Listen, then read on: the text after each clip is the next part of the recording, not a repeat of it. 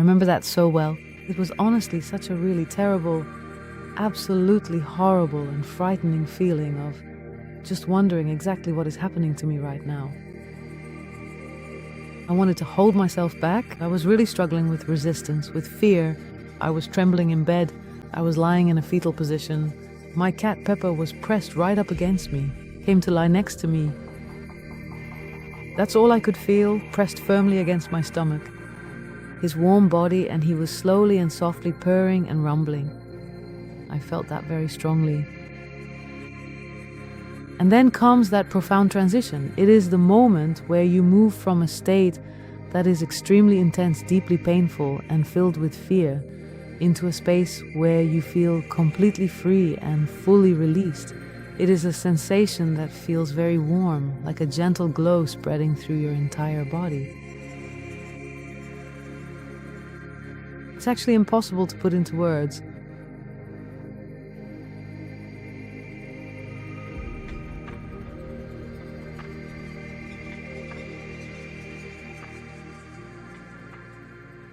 I'm Kiki Jaspers. I'm 44 years old. I live in Wellerloy together with Kees and his 5 children and 2 cats. And since 2011, I've been working as a photographer. I have my own business, which I really love doing.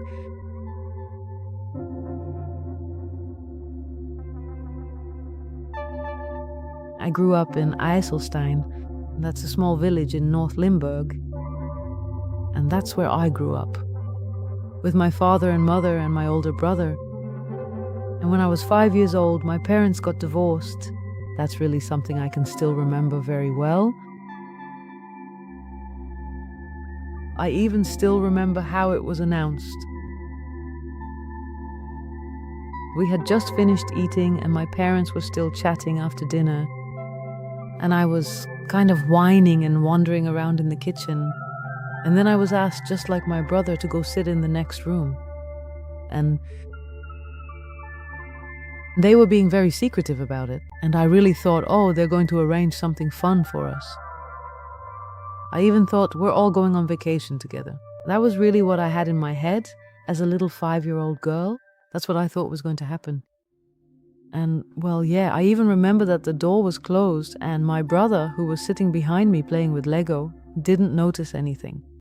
And I was really peeking through the keyhole, trying to listen in, trying to figure out what was being said and what was being talked about. I thought it was really exciting, and I saw my dad's leg just wobbling into view, and I couldn't really see much more than that. After that, the door opened, and my idea that we were all going on vacation together turned out to be completely different. Because then came the message, we're getting a divorce. And I had no idea what divorce even meant. In the little village of IJsselstein, where I'm from, no one was divorced. It was the mid-80s, and our family was the first in which the parents got divorced. So that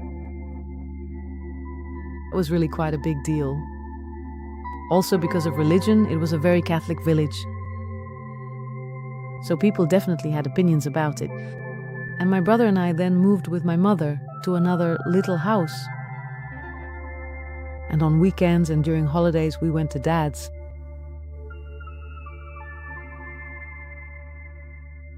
My mother was very religious. She also often went to church and did all sorts of things for the church.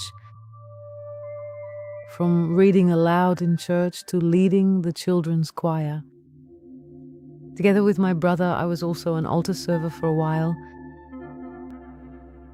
But I think, especially from the moment I started secondary school, I stopped doing that.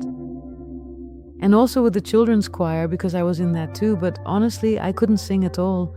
That really wasn't for me. And I myself,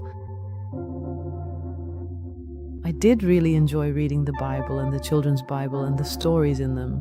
I was a child who loved to read and really enjoyed it, to take in stories, to absorb them. I had a vivid imagination, so I could always picture it completely in my mind, what it would be like. But I wasn't religious myself. No, to be honest, I didn't really have such a deep or profound feeling about it at the time, like my mother did. That was the big difference too. Yes.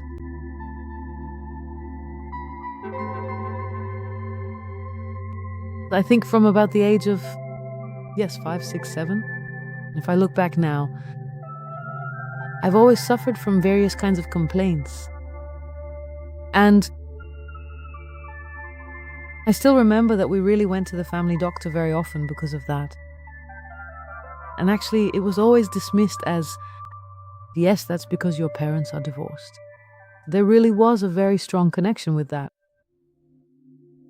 No one was used to that, of course, especially in that period. So a child of divorced parents naturally has mental and perhaps also physical complaints. And if I look at the complaints I had, especially in the beginning, they were really related to fatigue. I actually couldn't really keep up with my peers. I really did spend a lot of time lying on the couch. Tired. I was also very pale. I also stayed very skinny. I know that my mother gave me a lot during that time.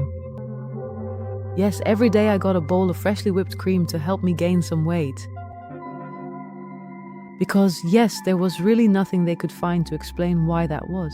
So it mostly seemed like psychological complaints or a child who just wasn't quite comfortable in their own skin. And the complaints just continually kept getting more severe. Iron deficiency. During puberty,